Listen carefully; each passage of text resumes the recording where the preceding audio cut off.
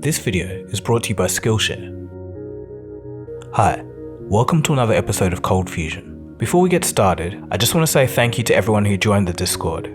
I know it was a bit chaotic to begin with, but we've got some moderators in there now and it's calmed down, thanks to those of you who are willing to help. Alright, so on to the video. In the previous episode, we took a look at how cryptocurrencies were born in the 1980s, and then we followed their underground struggle in the 1990s. A group of individuals risked prison time because they believed in total financial freedom from the government. Today, we'll dive into the civil war in the modern Bitcoin community and see how some believe that the cryptocurrency has been co-opted by banking interests. And lastly, we'll take a look at some theories into who Satoshi Nakamoto may be. Let's begin. You are watching ColdFusion TV. One of the first things you need to understand to grasp the modern state of Bitcoin is the block size wars. As we discussed in the last episode, Bitcoin is mined in blocks. These blocks contain a record of all the most recent transactions. The size of these blocks, measured in megabytes, have a meaningful impact in the way that Bitcoin functions. Satoshi originally placed a 1 megabyte block size limit on Bitcoin. So why did he do this? Well, Satoshi didn't want some miner on the network to create a huge block, terabytes in size, that could clog up the entire system. As time went on, this 1 megabyte block size limit made Bitcoin hard to scale as more users came online. As more people used the Bitcoin system, payment times became longer and fees became higher. Even to date, Bitcoin can only do about 7 transactions per second. For context, PayPal does about 15, and Visa 2,000 transactions per second. But Satoshi knew this was coming, and in his original writings, he remarked that Bitcoin would be updated with larger block sizes as it scaled. So here's where the issue arises. There was a fundamental split in the community. It was over the question of if Bitcoin was a long-term store of value like gold, or a quick medium of exchange like cash. Within the Bitcoin developer community, so-called big blockers wanted bigger block sizes so more transactions could take place. This would make Bitcoin function closer to a method of payment and electronic cash. On the other side of the aisle was the small blockers. They saw Bitcoin as a store of value, so transaction speed and efficiency didn't matter as much. In their eyes, the original 1 megabyte limit was fine. Why risk messing with it? According to the small blockers, having large blocks would make it hard for some computers to handle. They stated that eventually only large companies with powerful computers would dominate the network, forming a monopoly. In 2015, Gavin Andresen, whom Satoshi left in charge after vanishing, and a Google developer by the name of Mike Hearn would team up together to tackle this problem. Their solution was the release of Bitcoin XT. Equipped with a 2 megabyte block size that was set to increase over time, and capable of 24 transactions per second, it looked promising, and the miners in the community were on board. If the majority of the Bitcoin community downloaded the Bitcoin XT software and decided to run it on their nodes, the community would have voted with their machines, and the issue would have been settled. But there was strong opposition. The small blockers saw this as a betrayal. The technical experts should determine the direction of Bitcoin, and not a populist campaign. From here, things got bizarre. Strangely, due to a multitude of reasons and some possible foul play, Bitcoin XT ultimately didn't reach mass adoption. Garnered a lot of support. A lot of miners especially were like, hey, this is great. I would love to mine bigger blocks. There's more money in a bigger block for me, so why would I not go that direction? Well, all of a sudden, DOS attacks. Tons of data is pushed across a network, forcing a node to crash. Mike's entire regional ISP was DOS attacked for days. All of these XT nodes got pushed off the network. Only ISPs where XT nodes existed were DOS attacked. Strangely, online, the main Reddit Bitcoin forum would ban anyone that talked about Bitcoin XT. Mike Hearn in 2016 stated, quote, "Why has Bitcoin failed? It has failed because community has failed. What was meant to be a new, decentralized form of money that lacked systematically important institutions and too big to fail has become something even worse. A system completely controlled by just a handful of people." End quote. There was now some obvious contention within the Bitcoin community. Within the community of Bitcoin developers, the search to fix the scaling problem was still taking place. The idea of a SegWit, or segregated witness, was introduced. Activated in 2017, its aim was to store transaction data in a smarter way so more data could fit onto a given block. Basically, they removed the cryptographic signature from the block, only leaving the receiver and sender information. This process made room for more data. In August of 2017, some Bitcoin developers weren't happy with the proposed segue method, so they worked on a new version of Bitcoin and split it off from the main chain, a process known as a hard fork. The result was Bitcoin Cash. Bitcoin Cash had none of the data-saving techniques of SegWit and an increased block size of 8 megabytes. At this point, things start getting a little messy. After some time, the developers of Bitcoin Cash wanted to include even more changes.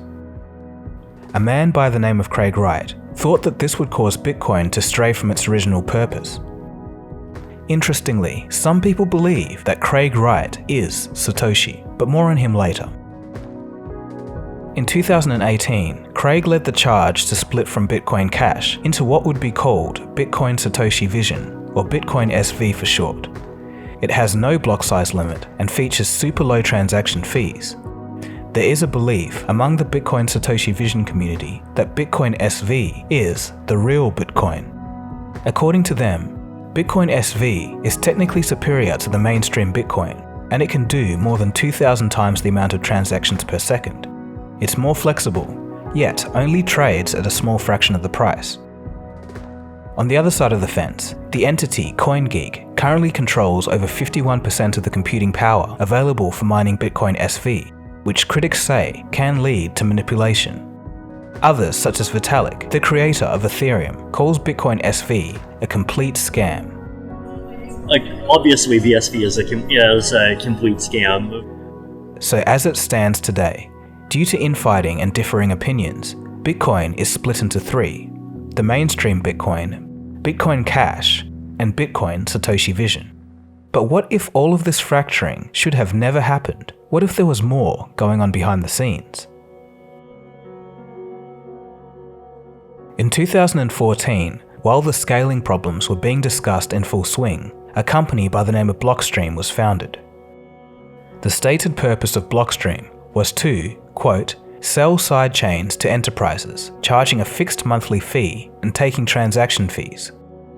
In other words, its aim was to relieve the stress on the Bitcoin network by doing transactions off-chain and pocketing the fees instead of miners. It's important to note that a sidechain is not a blockchain at all. Sidechains are typically used to patch holes in the capabilities of the underlying protocol. Therefore, the better Bitcoin becomes, the more obsolete companies like Blockstream get. In my opinion, it was in Blockstream's interest to keep Bitcoin slow and therefore with a small block size. It's worth noting that Blockstream isn't a foundation but a for-profit corporation. Interestingly, Blockstream's CEO is Adam Back, who some also believe is Satoshi Nakamoto, but more on this later. During the researching for this video, I could see that a large part of the Bitcoin community was suspicious of Blockstream. Many take issue with Blockstream's Lightning Network, for example. It promises to boost Bitcoin's transactional speeds to faster than Visa, but at what cost? The original Bitcoin system promised no middlemen and no trust required. Suddenly, the Blockstream Corporation had broken these promises. So, the Lightning hubs will require to be set up for financial regulation and reporting laws, require massive amounts of liquidity to keep multiple well-funded open channels, offer fraud departments to watch the blockchain constantly and prevent theft, all while taking small fees for every transaction you route through them. Does this system sound familiar? Just replace the term open channel with checking account. These Lightning Network hubs will be ran by the same financial institutions the Bitcoin was made to challenge. The banks aren't fighting Bitcoin because Bitcoin will be the new banking system. Bitcoin needed no middleman. There was no fraud to detect, no permission to give, no transaction to reverse, no fees to collect, so it had to be broken to need them. The truth is, the 1 megabyte blocks restricting Bitcoin are purposely kept there by the developers. The absurdly high fees and long waits create a demand for a solution, and the solution they give us is the banking industry. To make things worse, the entities funding Blockstream are antithetical to the original Bitcoin vision. Blockstream has received $55 million of investment from AXA Insurance. The CEO of AXA at the time was Henri de Castries, a French billionaire and the president of the Bilderberg Group at the time, a group known to have global banking and corporate ties. Critics also point out that Blockstream has received funding from the Digital Currency Group. Many higher-ups within the company have ties to the Federal Reserve, World Bank, and MasterCard. Not exactly the crowd who you would expect to spearhead a grassroots movement. They also own CoinDesk, one of the biggest news outlets in the crypto space. Adam Back has also been criticized for hiring all the early Bitcoin devs into Blockstream to reshape the Bitcoin protocol.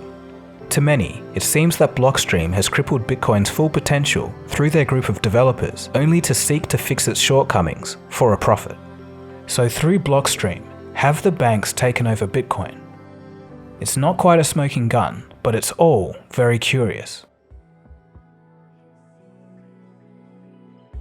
Satoshi Nakamoto, the pseudonym for the inventor of Bitcoin, has gone to great lengths to hide his identity. He created an anonymous email account and never shared any personal details. He's left such few clues that the best one can do is point out the facts that lead to the most likely candidates, and then I'll leave it up to you to make up your own mind. Firstly, for Nakamoto, we need to lay some groundwork with 2 basic clues. Number 1. Bitcoin's original code was written in the programming language C++. Number 2. Satoshi had 2 language quirks. He would use British English over American English, and consistently used 2 spaces after a period. This common writing style hints that Satoshi is not a group but a single person. Our first candidate isn't the most serious, but he's worth mentioning because he ties into our second candidate. The least likely candidate is DORIAN Nakamoto, a Japanese-American physicist and engineer. In 2014, a Newsweek article published a photo of him as well as his home, which could be easily found via a Google search.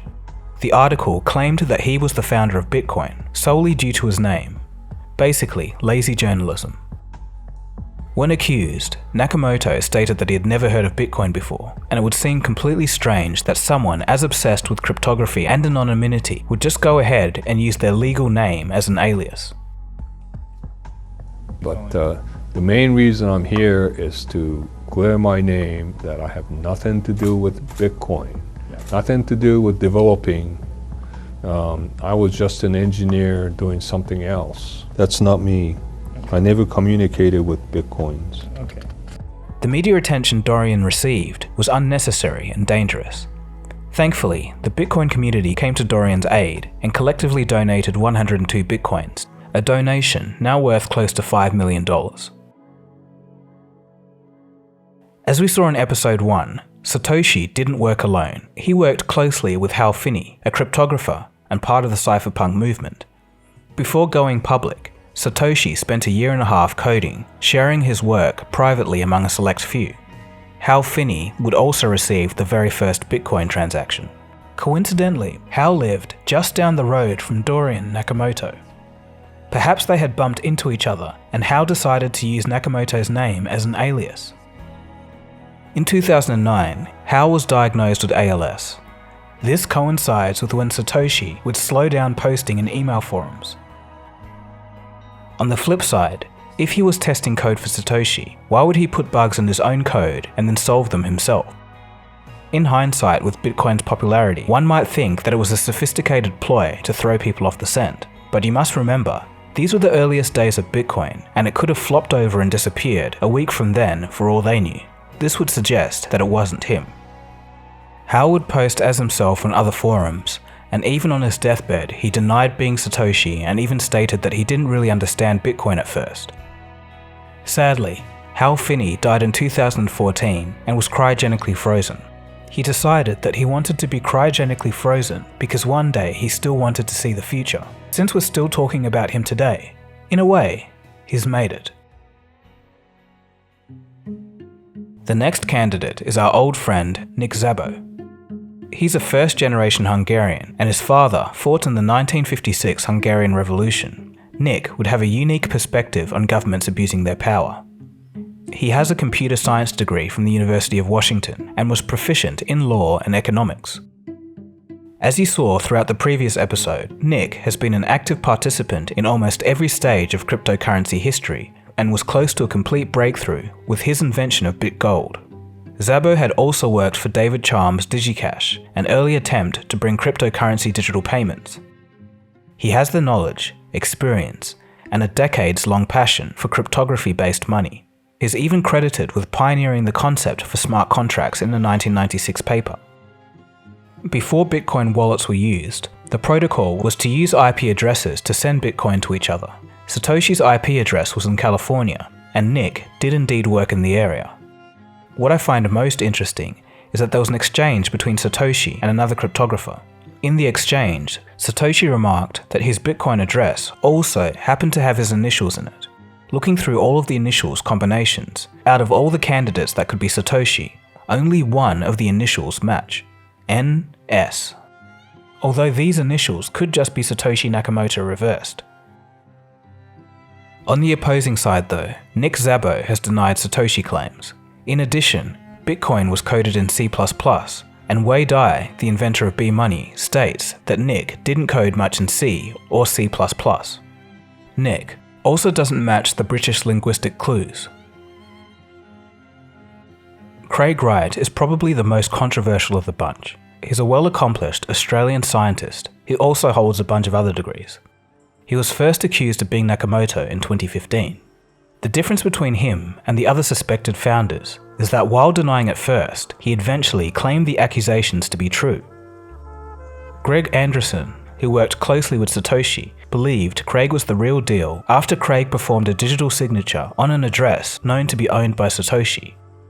Craig would also fit the British English clue because both Australian and British English are pretty much interchangeable. Wired magazine had collected a number of interesting coincidences that led them to their conclusion. They include posts on Wright's blog that coincide and predict the release of the initial Bitcoin paper. There is also said to be leaked correspondences between Wright and attorneys where he states that he's been running Bitcoin since 2009.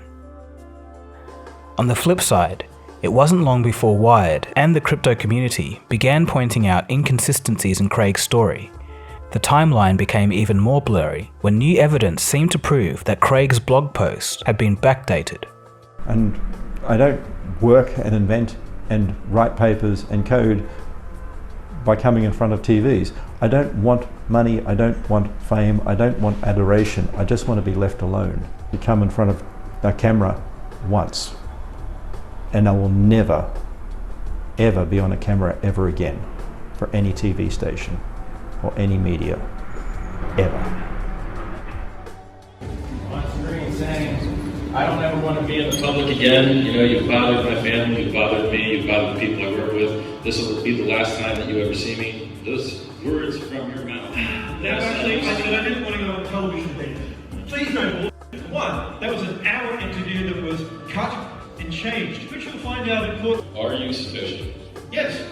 Okay. So you wrote the Satoshi white paper? Yes. You're only a public figure because you cosplay as Satoshi, right? No, Satoshi would still be writing Bitcoin improvement proposals. Sorry, didn't.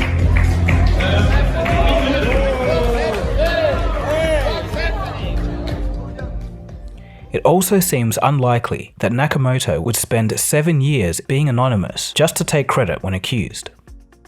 Further, in 2020, Craig Wright had provided a list of early Bitcoin addresses which he claimed to own in an ongoing court case.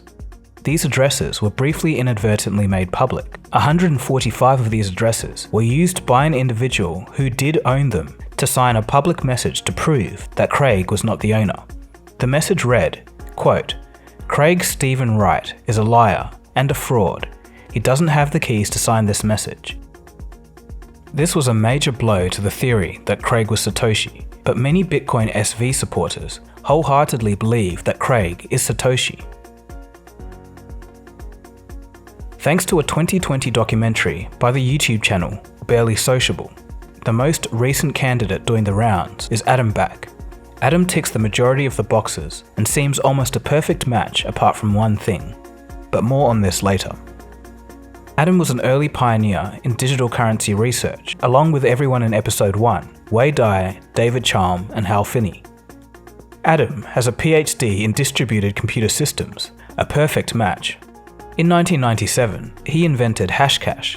A similar system is used in the proof-of-work mining algorithm in Bitcoin. Both Satoshi and Adam wrote in British English and used the unique double spacing in writing. This can be seen by comparing Adam's writings in forums with Satoshi's papers. Satoshi never showed any emotion or clues into his personality, but in one post in July of 2010, he described that Bitcoin was, quote, "bloody hard to describe," and that's a very British thing to say. Other evidence that points to Adam as Satoshi is the fact that messages between the creator of Bitcoin and Adam are not available to the public. There exists email exchanges between Satoshi and almost everyone else apart from Adam. In addition, Adam codes very well in C++, the same language that Bitcoin was written in. In the first episode, we saw that the first block of Bitcoin included a headline from the Times paper. The Times is a British publication, which would make sense because Adam was from London. Adam was also known for starting the trend of making political statements in code. You printed it on a t-shirt, and then so if people flew internationally with that t-shirt on, then they were breaking this law. Is that the case? I don't know. I mean, if you can export a book and you export a t-shirt, it's a bit of a grey area, I guess. But at least people thought it was an amusing kind of way to protest something that they were quite unhappy about. In 2013, when the wealth of Nakamoto was revealed in a blog article, Adam registers to sign up to the Bitcoin forum on the very same day. In forum posts, Adam states that the blog authors are, quote, "getting too close to the dealings of Nakamoto." Despite only just joining the forum, he knows obscure details of early Bitcoin bugs that were never public in changelogs. If you're interested in digging more into Adam, check out Barely Social's YouTube documentary. It has some compelling arguments, but Adam would deny all claims made in the video. And for me though, there's one thing that stops me from believing Satoshi is Adam. If Satoshi's vision for Bitcoin was to have ever-increasing block sizes, why would Adam, through Blockstream, be actively trying to keep Bitcoin's block size small for a profit? Why would Adam want any money at all? He'd probably be one of the richest people in the world if he was Satoshi. Am I missing something here? The only thing I can think of is maybe Adam worked extremely close with Satoshi, but for one reason or another, ended up selling out to the big banks. So, who is Satoshi? I'll be honest, I'm stumped for this one. If you guys think you have any clues for me, hit up my Discord. Maybe we can crowdsource this thing together and figure it out. I've set up a new text channel for the discussion around Satoshi. In truth, discovering the identity of Satoshi Nakamoto is not necessary for the success of Bitcoin. He or she could be one of these candidates, or just someone who is truly unknown till this day. And with that pretty much brings us to the end of our Bitcoin series. In part 1, you saw how free thinkers took digital cryptography seriously in the 80s and 90s. Their efforts allowed Bitcoin to exist. In this episode, you saw that the story of Bitcoin may not be as simple as it first seems. In the end, another cryptocurrency may come and take its place as the global leader. No matter what happens, Bitcoin will always be known as the pioneer. If you enjoyed learning some new things in this episode, then you'd probably like today's sponsor, Skillshare, an online learning community. I've been watching Real Productivity, Create Your Ideal Week by Michael Kahn-Janaprakorn, the co-founder and CEO of Skillshare. He has a lot of simple but great tips to get the most out of your day and keep your motivation high. For an example, putting an imaginary cost on the things that you do often so you can prioritize your time. If you just want self-improvement, or are keen on expanding your creativity, Skillshare is a great place to do that. The first 1,000 people to click the link below get a free trial of a Skillshare premium membership. So thanks for watching the whole way through this episode. Be sure to check out the first part of the series if you haven't already. I'll leave a link for that below.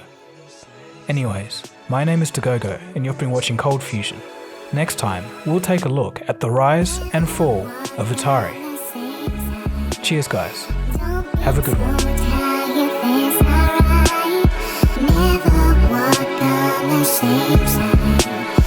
Don't be too tired, it's alright.